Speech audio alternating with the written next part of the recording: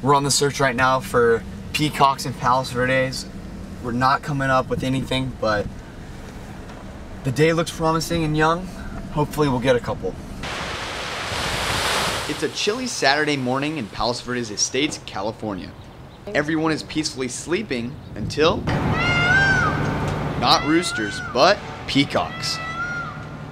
They go off every morning at 4 o'clock in the morning. I mean, you could set your watch to it, and they're quite a nuisance. It's a noise disturbance, I would say, definitely. PV residents have been sharing their community with these exotic creatures for over 85 years. To the best of my knowledge, they're not native. I think, weren't they brought over from Catalina Island? That's right, Max. In 1924, the owners of Catalina Island, the Wrigley family, gave a gift of 16 peacocks to Palos Verdes banker Frank Vanderlip. What a gift. Right behind these gates was the Vanderlip estate.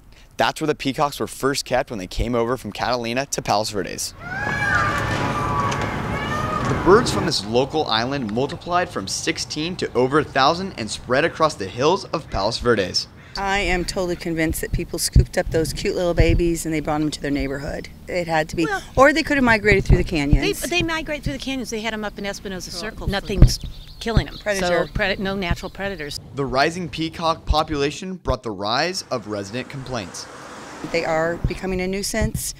They are pooping all over the place. They're crossing the street and actually stopping traffic. I've hit some peacocks, but it wasn't like they were in the street and I just cranked up my car and ran over them. You know what I mean? I'm not a mouse person like that, but you know, whenever they're crossing the street and I hit them, I'm like, why should I feel bad about an animal that's dumb enough to put itself in a situation where its life is in danger? And it's illegal to kill them, so if you kill one, you get a fat fine, which is ridiculous because it's a bird. We have our own strategies.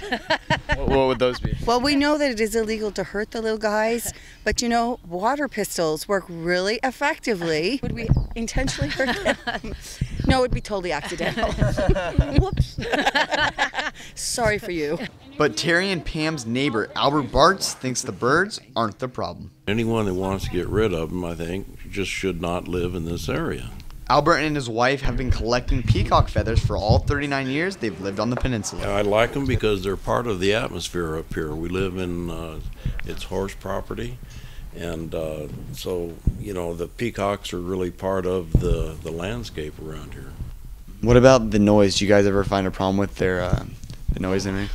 I never do. Some of my, you know, children do, I guess, but I don't. I find it enjoyable, as a matter of fact. I'm not sure why anybody would want to get rid of them. You're never going to get rid of them completely because they're always going to be here. Like it or not, as of now, the birds are here to stay.